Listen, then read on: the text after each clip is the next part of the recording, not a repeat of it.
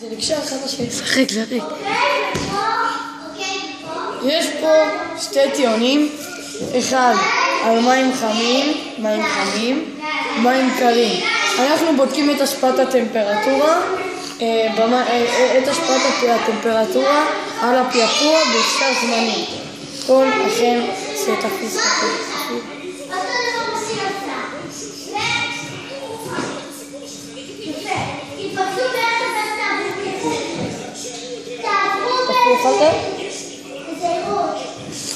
תטבול את הטיון במים החמים.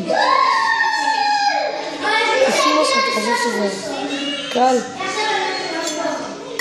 תטבול גם את הטיון במים החמים.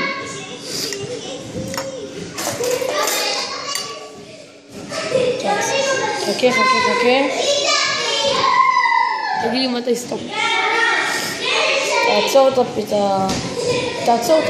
את מה? חץ הקפה.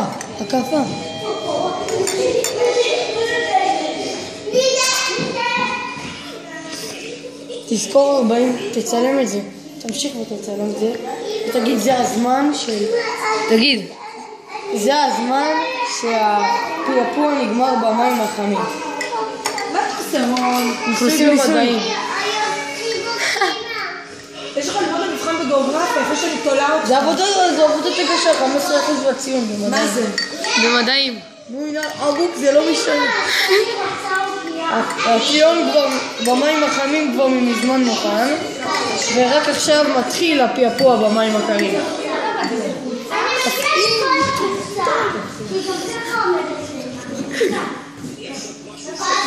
תעצור את הסרטון. אהבת את הניסוי? מה אתה עושה? שקר. למה היא בשם ואתה ברבי? למה אתה ברבי? לא יודע. כאילו למה אבל אחותך גדולה בשם ואתה ברבי?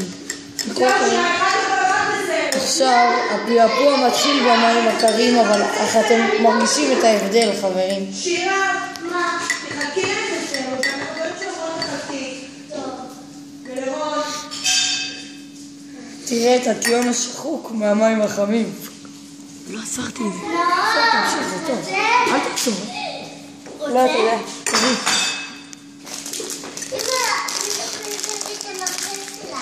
מי קיבל לך? תחפר. תביא לה וואטסאפ. טלי, אנחנו גם אחר כך נלמד